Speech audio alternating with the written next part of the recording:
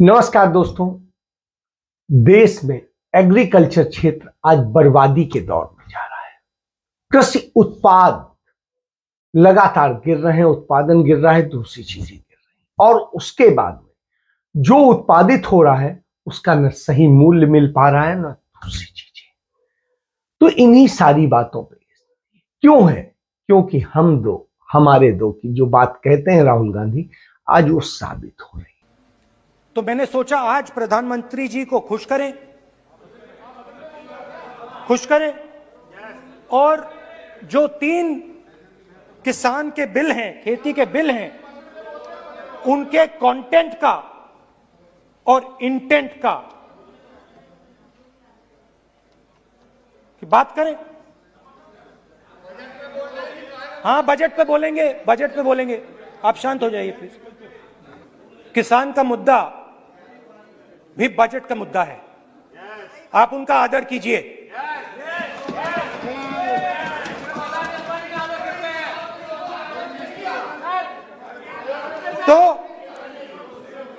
तो बात है कि इन 3 कानूनों का कंटेंट और इंटेंट क्या है। तो पहले कानून का कंटेंट क्या है? पहले कानून का कंटेंट है कि कोई भी व्यक्ति देश में कहीं भी कितना भी अनाज, सब्जी, फल खरीद सकता है, जितना भी खरीदना चाहता है खरीद सकता है। तो अगर खरीदी देश में अनलिमिटेड खरीदी होगी तो मंडी में कौन जाएगा? मंडी में कौन जाके खरीदेगा? तो पहले कानून का कंटेंट मंडी को खत्म करने का है। इसका लक्ष्य मंडी को खत्म करने का है।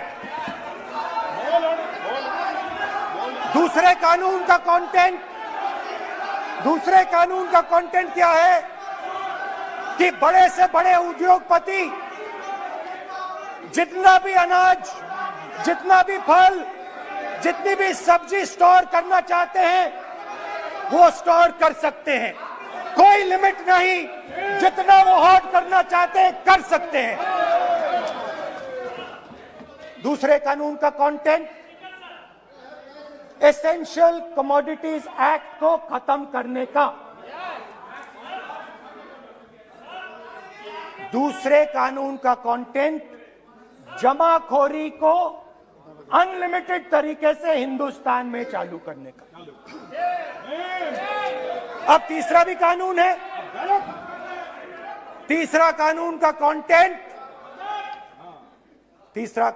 कंटेंट जब एक किसान हिंदुस्तान के सबसे बड़े उद्योगपति के सामने जाकर अपने अनाज के लिए, अपनी सब्जी के लिए, अपने फल के लिए सही दाम मांगे तो उसे अदालत में नहीं जाने दिया जाएगा। तीसरे कानून का कंटेंट, आपको याद होगा सालों पहले फैमिली प्लानिंग का एक नारा था। आपको याद होगा, हम 2 हमारे 2। अब मैं इंटेंट की बात करता हूं, कानून के इंटेंट की बात। आज क्या हो रहा है? जैसे कोरोना दूसरे रूप में आता है वैसे ही ये नारा दूसरे रूप में आया है। आज इस देश को 4 लोग चलाते हैं, हम 2 और हमारे 2। जैसे उस टाइम नाम सब जानते हैं, आप बोलो। आप हम 2 हमारे 2। ये किसकी सरकार है? हम 2 हमारे 2 की। माननीय सदस्य इधर। तो आप आसन को पहले कानून का इंटेंट बताता हूं। आप आसन को संबोधित करें। पहले कानून का इंटेंट, माननीय सदस्य आप आसन कि हमारे 2 मित्रों में से एक जो सबसे बड़ा मित्र है उसको पूरे हिंदुस्तान के अनाज, फल और सब्जी को बेचने का अधिकार। यह है पहले कानून का इंटेंट। नुकसान किसका होगा? नुकसान ठेले वालों का होगा, नुकसान छोटे व्यापारियों का होगा, नुकसान जो लोग मंडी में काम करते हैं, लाखों लोग, उनका होगा। अब चलिए दूसरे कानून की इंटेंट की बात करते हैं। दूसरा कानून का इंटेंट दूसरे मित्र की मदद करने का है। दूसरे मित्र को पूरे देश में अनाज, फल और सब्जी की स्टोरेज की मोनोपोली दी जा रही है। आज दूसरा मित्र 40% हिंदुस्तान का अनाज अपने साइलों में रखता है। ये कांग्रेस पार्टी की बैठक नहीं है, ये सदन है। और सब अगर बजट में साइलोज में रखेगा। ये सभा नहीं है। प्रधानमंत्री कहते हैं सर मैं अध्यक्ष जी आपको कहना चाहता हूँ, जब आपने बजट के लिए चर्चा के लिए पुकारा, मैं बता रहा हूँ, एक मिनट बैठिए। माननीय सदस्य, आज बजट पर चर्चा है, मैं आग्रह करता हूँ। प्रधानमंत्री कहते हैं बजट पर ही कि अपनी बात मैंने कर रहे हैं। ऑप्शन दिया है। हाँ, आपने ऑप्शन दिया है। 3 ऑप्शन दिए हैं। पहला ऑप्शन भूख, दूसरा ऑप्शन बेरोजगारी, तीसरा ऑप्शन आत्महत्या। ये 3 ऑप्शन आपने दिए हैं। अब देखिए मामला क्या है। मामला यह है कि हिंदुस्तान का सबसे बड़ा बिजनेस, सबसे बड़ा व्यापार एग्रीकल्चर का है। अब बजट 40% आबादी इस पे जीती है, इससे जीती है। 40 लाख करोड़ रुपए का धंधा है।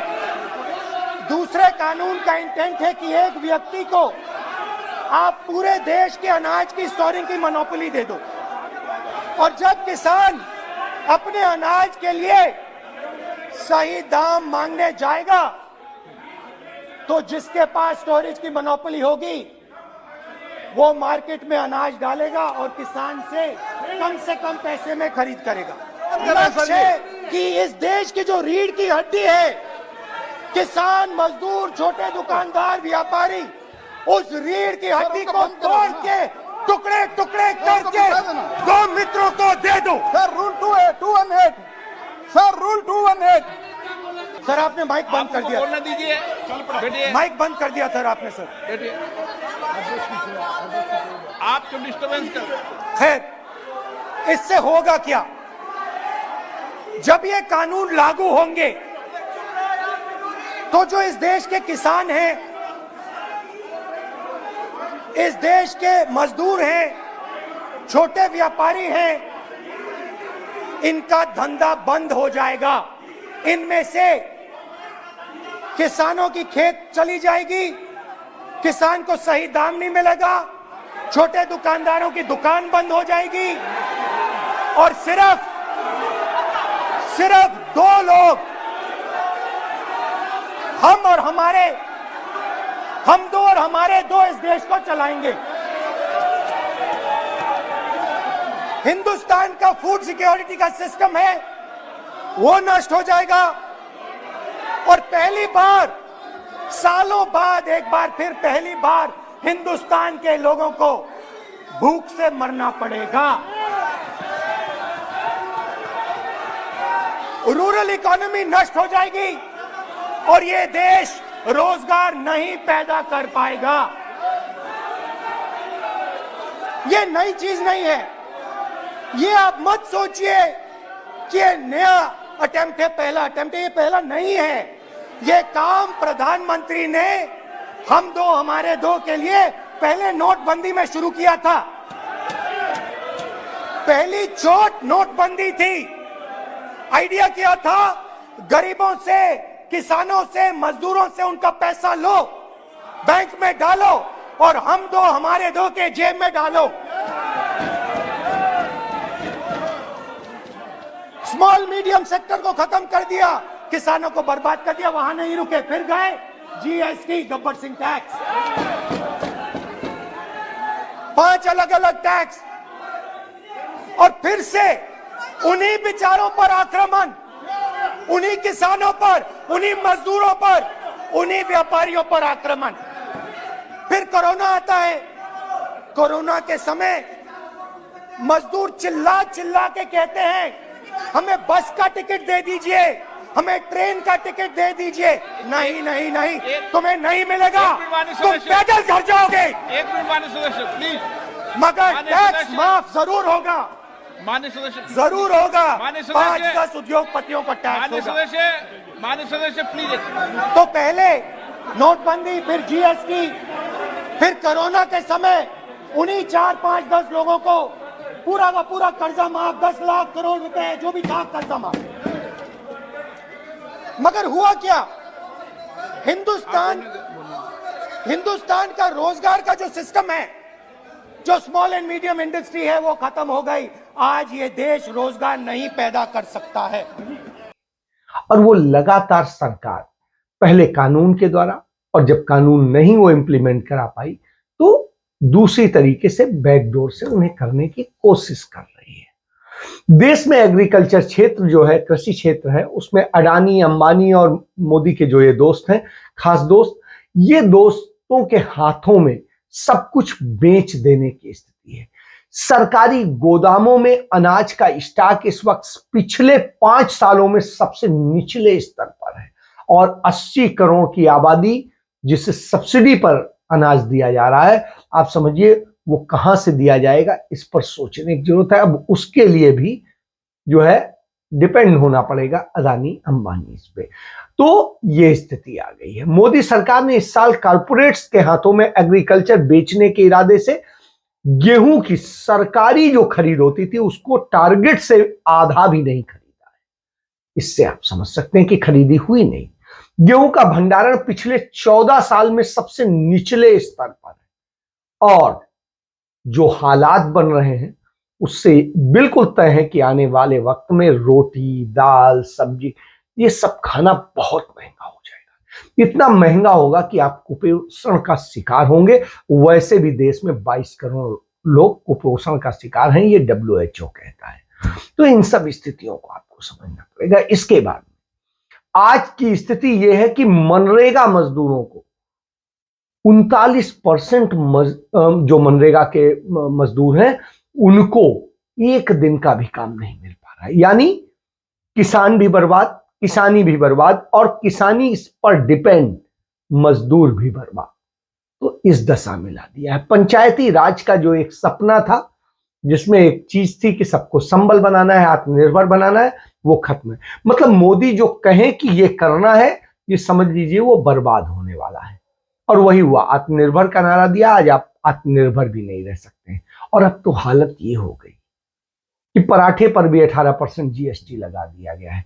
और जब यह स्थिति हो तो आपको सोचना पड़ता है कि कहां आप खड़े हैं।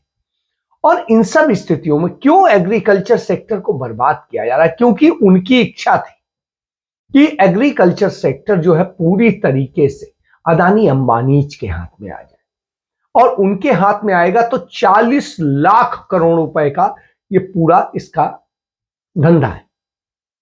उस धंधे को वो संभालेंगे और फिर दुनिया की मार्केट में लेकर के जाएंगे और महंगे में बेच करके और मुनाफा कमाएंगे। और ये एक ऐसा मुनाफा था कि कोरोना के दौरान जब सब कुछ निगेटिव में था, सिर्फ एक सेक्टर पॉजिटिव था जो प्लस में था, उसका नाम है एग्रीकल्चर सेक्टर। तो आप समझ सकते हैं कि एग्रीकल्चर सेक्टर हर हाल में फायदे वाला है, क्योंकि रोटी खाए बिना तो कोई जीवित नहीं रह सकता। दाल, रोटी, सब्जी, ये सब चीजें आपको खानी पड़ेंगी, मजबूरी है आप, चाहे आप दूध ना पिए लेकिन रोटी तो खाएंगे। तो ये स्थिति, वो रोटी आपसे छीनने की कोशिश की जाए, आपको रोटी के मामले में भी भिखारी बनाने की कोशिश कर। नरेंद्र मोदी यदि आपसे कहते हैं कि आत्मनिर्भर होगा, तो आप समझ लीजिए कि आप निश्चित रूप से आश्रित होने वाले। वो कहेंगे कि आप बड़े संपन्न होंगे, मतलब समझ लीजिए आप बर्बाद होने वाले। वो जिस चीज पे हाथ रखते हैं वो बर्बाद हो जाती है। यह एक सत्य है। अब इसी का ही बताता हूं कि आज स्थिति है कि महंगाई से पूरा देश त्रस्त है, लेकिन उनके नेता कहते हैं महंगाई है कहां, और यही बात कहते थे जब आपको याद होगा वो सत्ता में नहीं थे, मतलब प्रधानमंत्री नहीं थे, मुख्यमंत्री हुआ करते थे, तब कहते थे प्रधानमंत्री महंगाई का मां बोलने को तैयार नहीं है। आप मुझे बताइए, अगर इसी प्रकार से महंगाई बढ़ती गई तो गरीब क्या खाएगा?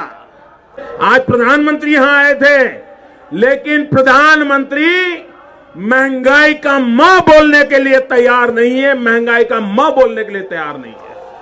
इनका अहंकार इतना है, महंगाई के लिए एक शब्द बोलने को तैयार नहीं है। मरो तो मरो, आपका नसीब। और अब क्या कह रहे हैं? अब उनके मुंह से दही जम गया है, इस पर एक शब्द नहीं करता है। तो महंगाई पे नहीं बोलेंगे। वो रोजगार की बात करते थे, आज बेरोजगारी देश के इतिहास में सबसे ज्यादा है, लेकिन वो उस पर नहीं बोलेंगे। वो जिस भी चीज पर बोले वो चीज बर्बाद हुई। तो आप समझिए, जिस पर आप सवाल उठाते थे वो बर्बाद है।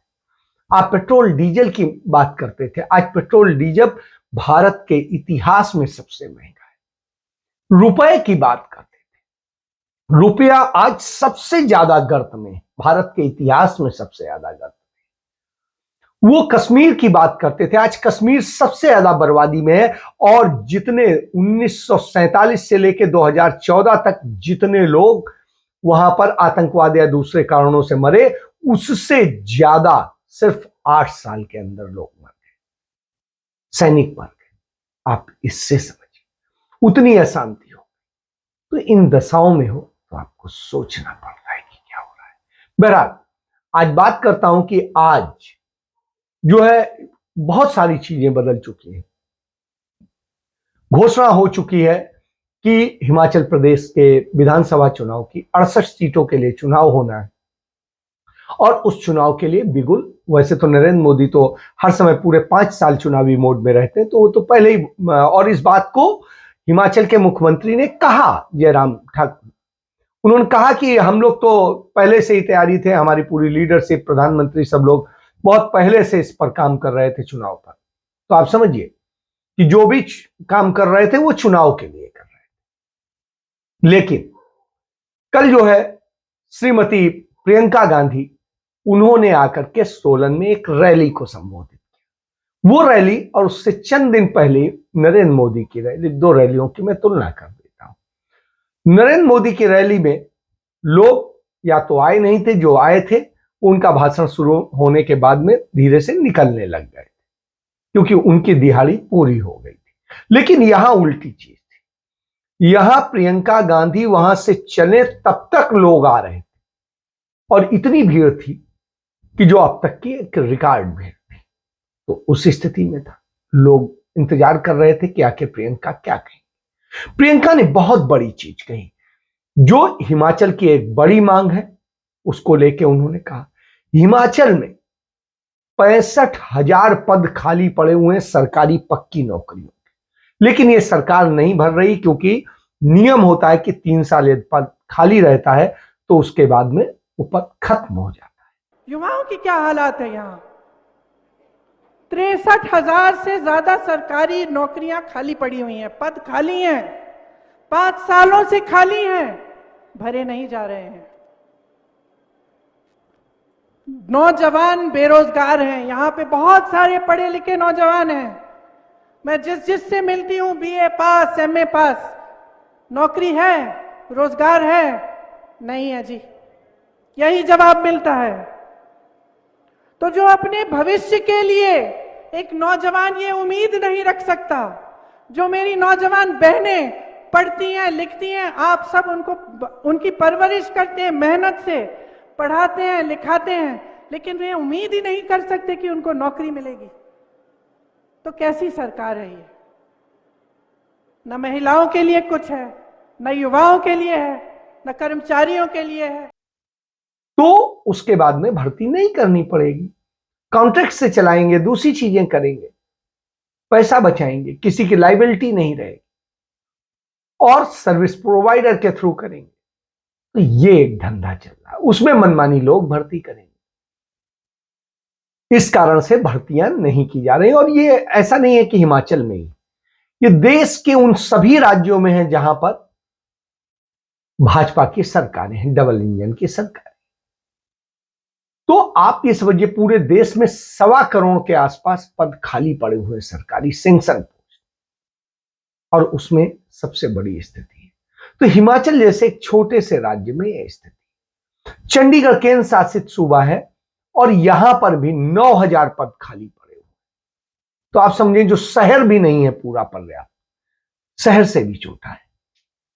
तो प्रियंका गांधी ने कहा कि हम जिस दिन यदि आए सत्ता में तो आने के बाद पहली कैबिनेट बैठक में 1 लाख नौकरी पे भर्ती की प्रक्रिया शुरू करने का फैसला लेंगे। अब आप समझिए, पहला वायदा, ये बड़ा वायदा है क्योंकि आज बेरोजगारी से जूझ रही जनता के लिए ये बहुत बड़े सपोर्ट की जरूरत है। एक व्यक्ति को नौकरी मिलती है तो परिवार के 5-6 लोगों का पेट पलता है, परिवार चलते हैं। उसके बाद में दूसरा एक फैसला जो उन्होंने सुनाया वो भी आप, उन्होंने कहा कि हम यदि सत्ता में आए तो हम पुरानी पेंशन स्कीम लागू करेंगे। और वो बड़ी चीज है, पुरानी पेंशन स्कीम की मांग पूरे सब जगह हो रही, और अब तक जहां जहां कांग्रेस पार्टी सत्ता में है उसने पुरानी पेंशन स्कीम लागू की है। तो इसलिए ये भी नहीं कह सकते कि वो झूठ बोलते हैं। उन्होंने नौकरियों के लिए भी किया है, इसलिए भी नहीं कह सकते कि झूठ नहीं बोलते। तो झूठ वो नहीं बोलते हैं, इस बात का सबूत। तो उन्होंने नौकरियां भी दी है और पुरानी पेंशन, बाकी सब वायदे करते रहे।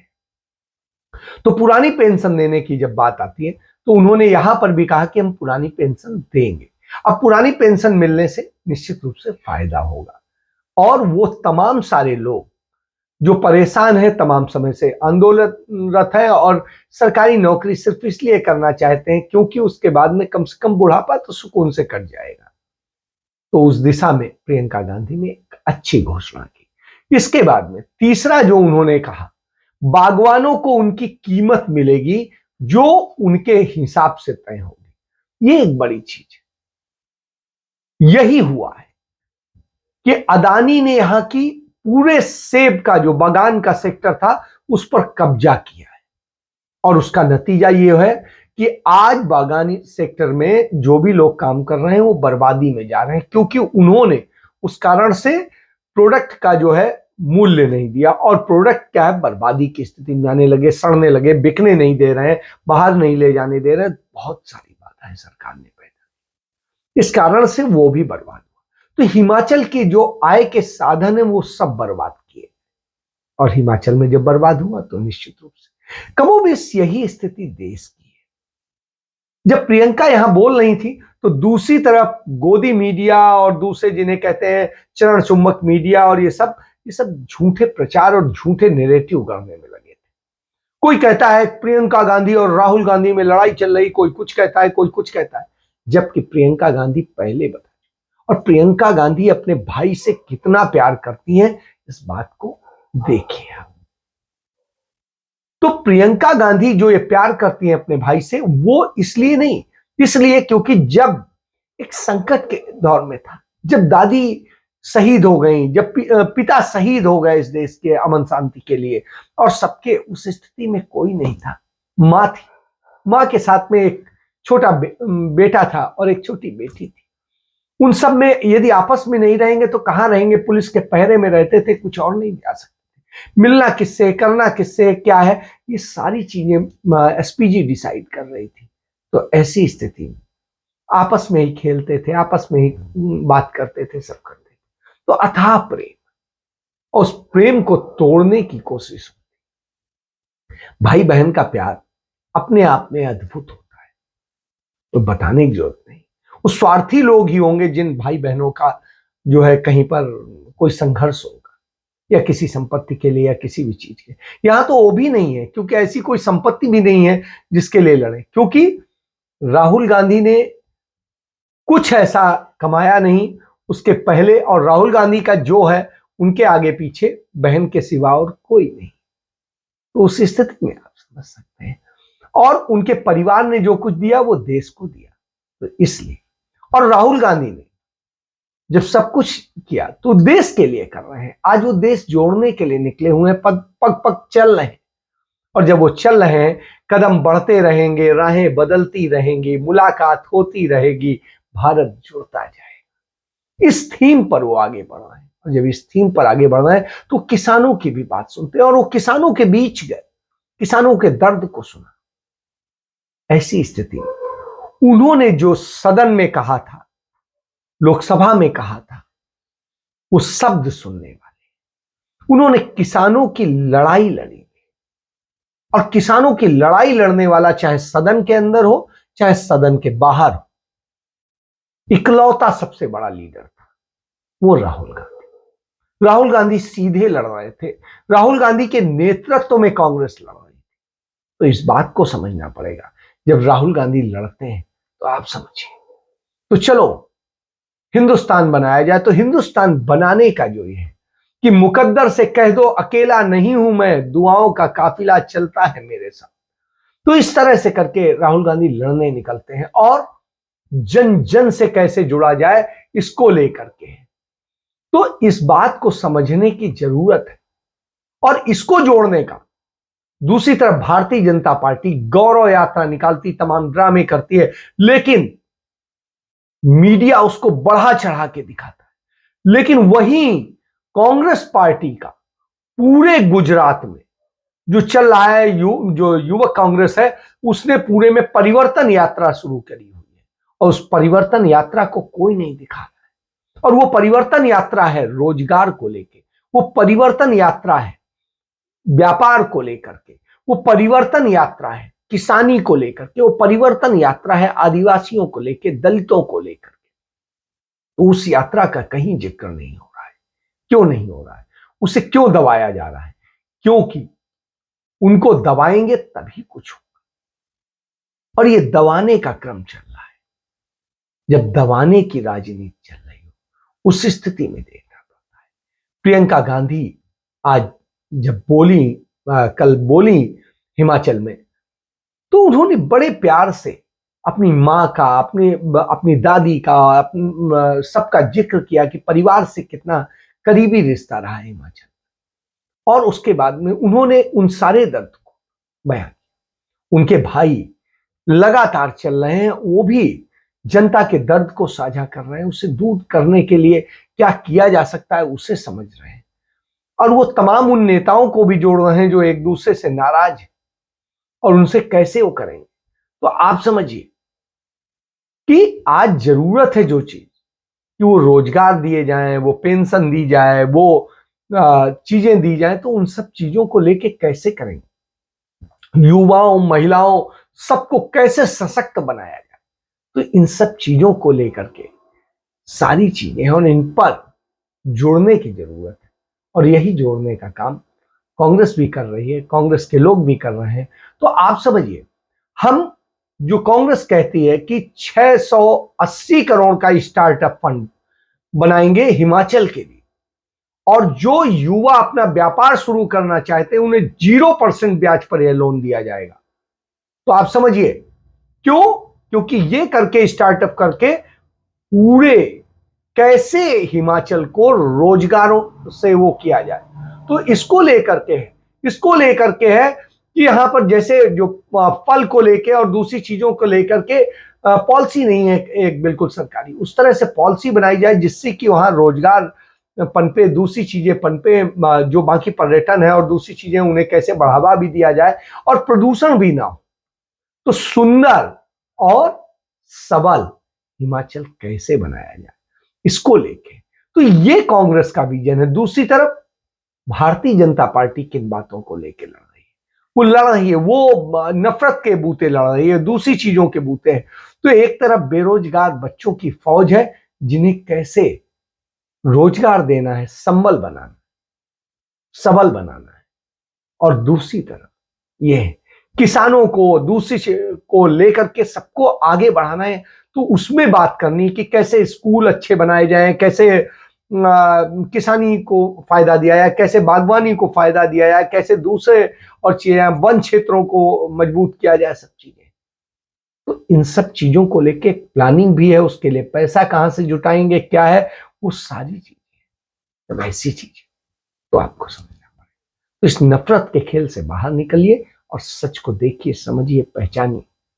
और प्रियंका गांधी ने आगाज कर दिया है हिमाचल चुनाव का। अब चुनाव का ये पहला कांग्रेस पार्टी का जो रैली थी, सफलतम रैली थी। आगे भी कैसी होती है देखना होगा, लेकिन ये भाजपा के मुंह पर बड़ा तमाचा है, क्योंकि वो उसने पूरी कोशिश की थी और 3 दिन से लगातार जो हिमाचल का मीडिया है वो यही कह रहा था कि प्रियंका की गांधी की रैली में लोग नहीं आएंगे, लेकिन जितनी भीड़ जुटी वो अपने आप में जवाब है। तो इसके साथ सच को पहचानने की जरूरत है, देश को जोड़ने की जरूरत है, और देश को जोड़ने जो निकले हैं कैसे हम साथ जुड़ेंगे इसको देखने की। जय हिंद, जय भारत, वंदे मातरम।